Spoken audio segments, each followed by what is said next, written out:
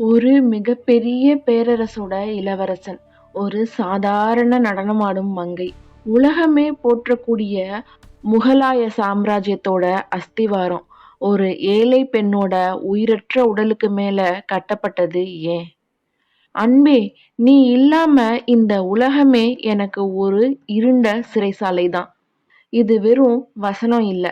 இளவரசன் சலீம் தன்னோட காதலி அனார்கலிக்காக சிந்திய இரத்தத்தோட சாட்சி. வரலாற்றோட பக்கங்கள்ல மறைக்கப்பட்ட, மதிக்கப்படாத, ஆனா இன்னைக்கும் அழுதுகிட்டு இருக்க ஒரு உண்மை காதல் கதை. இதோ வாங்க கதைக்குள்ள போகலாம். வெல்கம் டு அவர் சேனல் தகவல் கார்னர் 360. சக்கரவர்த்தி அக்பரோட அரண்மனை.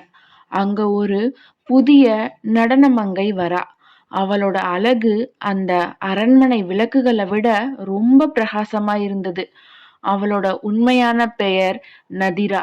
ஆனா அவளோட அழக பார்த்துட்டு அக்பரே அவளுக்கு வச்ச பெயர் தான் அனார்கலி. அப்படின்னா மாதுளம் பூவின் மொட்டுன்னு அர்த்தம். அவ அவ்வளவு அழகா இருந்தாளாம். அதனாலதான் அக்பர் அவளுக்கு அந்த பெயரை வச்சாரு.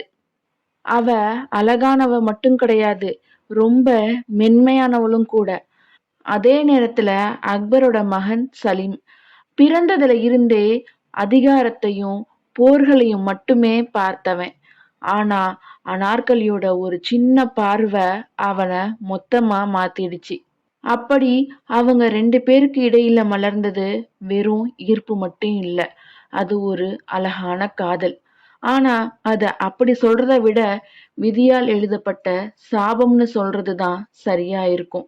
காதல் உருவானதுக்கு அப்புறம் யாருக்கும் தெரியாம இருட்டுல 2 பேரும் சந்திச்சுக்கிட்டாங்க.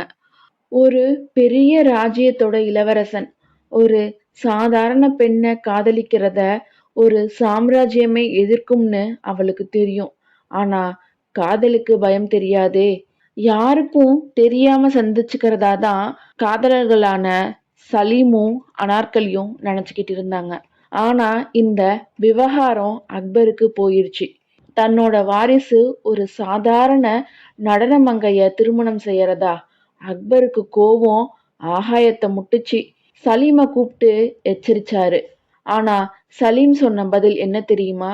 அரசாங்கம் வேணா உங்களுக்கு சொந்தமா இருக்கலாம் தந்தை அவர்களே, என்னோட உயிர் அனார்கலி கிட்ட தான் இருக்கு. இந்த வசனத்தை ரொம்ப காதலோட சலீம் அக்பர் கிட்ட சொன்னாரு. அப்பாவுக்கும் மகனுக்கும் நடுவுல ஒரு போரே உருவாகிருச்சு. ஒரு பெண்ணுக்காக தன்னோட தந்தையையே எதிர்த்து போர்க்களத்துல நின்னா சலீம். ஆனா அக்பரோட பிரம்மாண்டமான படைக்கு முன்னாடி சலீமோட படை தோத்து போயிருச்சு. சலீம கைது பண்ணிட்டாங்க. அப்பதான் அக்பர் ஒரு நிபந்தனைய விதிக்கிறாரு. சலீம் சாகணும், அப்படி இல்லைன்னா அனார்கலி சாகணும். சலீம் சாக தயாராதான் இருந்தான். ஆனா அனார்கலி தன்னோட காதலன் சாகிறத அவளால பார்க்க முடியுமா? காதல் இங்கதான் மிகப்பெரிய தியாகத்தை செய்ய துணிஞ்சுது. அந்த கடைசி நிமிஷம் அனார்கலிக்கு ஒரு ஆசை, சலீம கடைசியா ஒரு முறை ஒரே ஒரு முத்தம் கொடுக்கணும்னு. மயக்கத்துல இருந்த சலீமோட நெத்தியில முத்தமிட்டு அந்த சுவர் எழுப்பப்படுற இடத்துக்கு போய் நிக்கிறா. ஒவ்வொரு செங்கலா அடுக்குறாங்க. அவளோட கால் மறையுது, இடுப்பு மறையுது, கழுத்து வர சுவர் வருது. அனார்கலி அழுதுருக்கலாம், கத்தி இருக்கலாம். ஆனா அவ அமைதியா இருந்தா.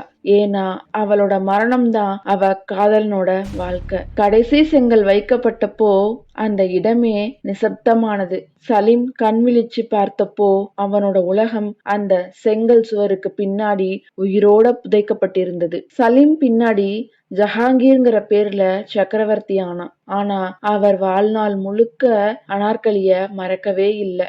லாகூர்ல அவளுக்காக ஒரு அழகான கல்லறைய கட்டினாரு. அதுல ஒரு வாசகம் எழுதப்பட்டிருக்கு. அந்த வாசகம் என்னன்னு தெரியுமா? மீண்டும் ஒரு முறை என் காதலியின் முகத்தை பார்க்க முடிந்தால் இறுதி தீர்ப்பு நாள் வரை இறைவனுக்கு நன்றி சொல்வேன். அப்படிங்கிற வாக்கியம்தான் அனார்கலிக்காக சலீம் கட்டின கல்லறையில எழுதப்பட்டிருக்கக்கூடிய வாசகங்கள். இந்த கதை நமக்கு சொல்ற பாடம் என்ன? அதிகாரம் அன்பை அடக்கலாம், ஆனா அழிக்க முடியாது. உண்மையான காதல் அழியறது இல்ல, அது வரலாறா மாறுது. அனார்கலியோட இந்த தியாகம் உங்களை நெகிழ வச்சதா? உங்க கருத்தை கமெண்ட்ல சொல்லுங்க. இந்த வீடியோ பிடிச்சிருந்தா ஒரு லைக் பண்ணுங்க. உங்க நண்பர்களுக்கு ஷேர் பண்ணுங்க. இதே மாதிரி இன்னொரு காதல் கதையோட அடுத்த வீடியோல வரேன். அப்போ மறக்காம சப்ஸ்கிரைப் பண்ணிட்டு ஸ்கிரீன்ல வர இந்த வீடியோவை கிளிக் பண்ணி பாருங்க. நன்றி, வணக்கம்.